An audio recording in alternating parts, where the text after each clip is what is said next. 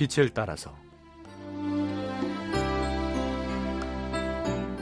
빛을 따라서 매주 화요일 이 시간에는 서대문교회 최종태 목사님께서 말씀 전하십니다.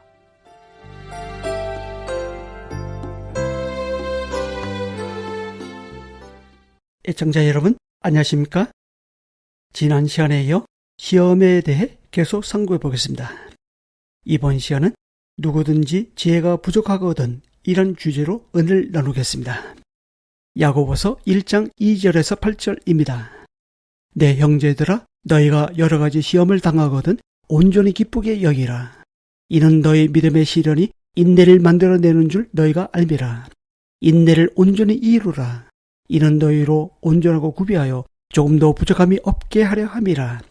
너희 중에 누구든지 지혜가 부족하거든 모든 사람에게 후히 주시고 꾸짖지 아니하시는 하나님께 구하라. 그리하면 주시리라.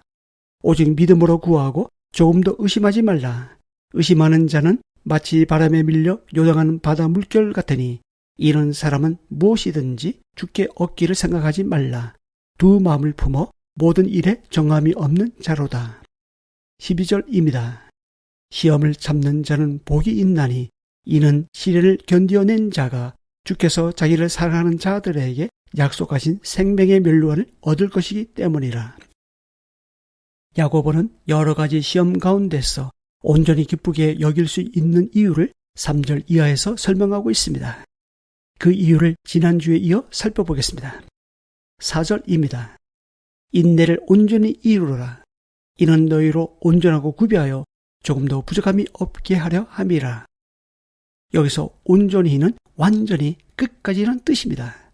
성도의 인내가 중도에 포기됨 없이 끝까지 지속되어야 함을 강조하고 있습니다. 야고보가 이 말씀을 강조하고 있는 이유는 당시 초대교회 성도들에게 시련이 왔을 때 인내하지 못하고 믿음을 저버리는 경우가 왕왕 있었기 때문입니다. 믿음의 시련이 오랫동안 지속될 때 우리는 불안해합니다. 힘든 시간을 앞으로 얼마나 더 견뎌야 할지 모를 때 우리는 답답해합니다. 고난의 시간이 생각보다 길어질 때 몸과 마음이 지쳐만 갑니다. 어떤 때는 그 자리에 주저앉고 싶어집니다. 이럴 때 성경은 인내를 온전히 이루라고 명령합니다. 고난 가운데 있을 때 믿음을 포기하지 말고 끝까지 인내하라고 합니다. 인내는 믿음을 견인합니다. 즉 인내는 주어진 그 상태에서 계속 버티게 합니다. 그러한 인내가 그리스도를 닮은 인격을 만들어내는 것입니다. 인내는 곧 신앙의 지구력이라고 할 수 있습니다. 그리스도의 장성한 분량에까지 자라는 믿음은 벼락치기로 만들어지지 않습니다. 한순간에 이루어지는 속성 과정도 아닙니다. 반드시 인내라는 과정을 통해 우리의 인격이 그리스도의 인격으로 변화되어 가고 믿음이 성숙되어 갑니다. 믿음의 경주는 곧 인내의 연속적인 과정이라 할 수 있습니다. 인내는 우리가 온전하고 구비하여 조금도 부족함이 없이 하나님 앞에 서도록 돕습니다. 그리스도의 장성한 분량이 충만한 데 이르기까지 인내를 온전히 이루라라고 야고보는 명령합니다. 인내를 온전히 이루는 과정에서 한 가지 기억해야 할 것은 하나님은 우리가 감당할 시험만 허락하신다는 것입니다. 고린도전서 10장 13절입니다. 사람이 감당할 시험 밖에는 너희가 당한 것이 없나니 오직 하나님은 미쁘사 너희가 감당하지 못할 시험 당함을 허락하지 아니하시고 시험 당할 즈음에 또한 피할 길을 내사 너희로 능히 감당하게 하시느니라. 성도라 할지라도 정말 어려운 시험을 당하면 피하고 싶은 생각이 듭니다. 그러나 하나님은 우리에게 시험을 주실 때 능히 감당하도록 성령의 능력도 겸하여 주십니다. 하나님은 시험을 제어해 주시기보다는 능히 감당하고 극복하도록 도우십니다. 또 하나님은 우리가 시험 당할 즈음에 피할 길을 내사 능히 감당케 하십니다.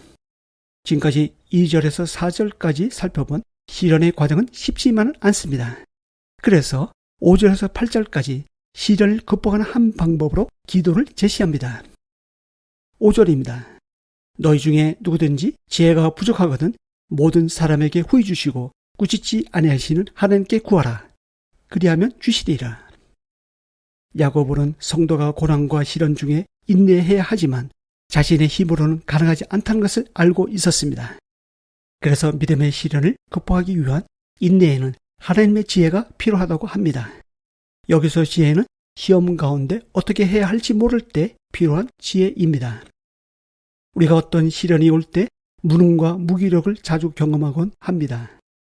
이럴 때 하나님이 주시는 메시지는 넌 나 없이 못 살아. 넌 내가 필요해 입니다. 우리는 어떤 문제 앞에서 나는 아무것도 할 수 없다라는 사실을 알 때 하나님 앞으로 나아갈 수 있습니다. 그러면 그분의 음성을 듣고 또 하나님을 의지합니다. 주님, 저는 이 문제 앞에서 어떻게 해야 할지 모르겠습니다.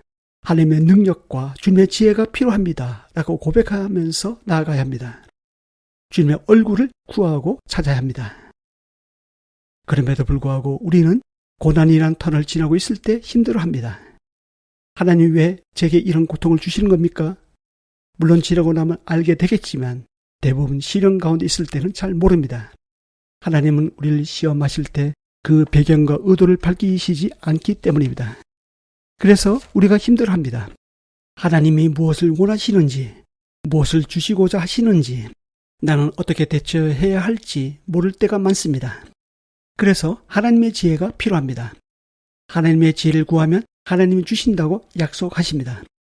물론 하나님은 우리가 기도하기 전 우리의 필요를 다 아십니다. 우리가 구하지 않은 것도 주실 수 있습니다. 그럼에도 불구하고 구하라고 하십니다. 왜 그럴까요? 하나님과의 관계 때문입니다.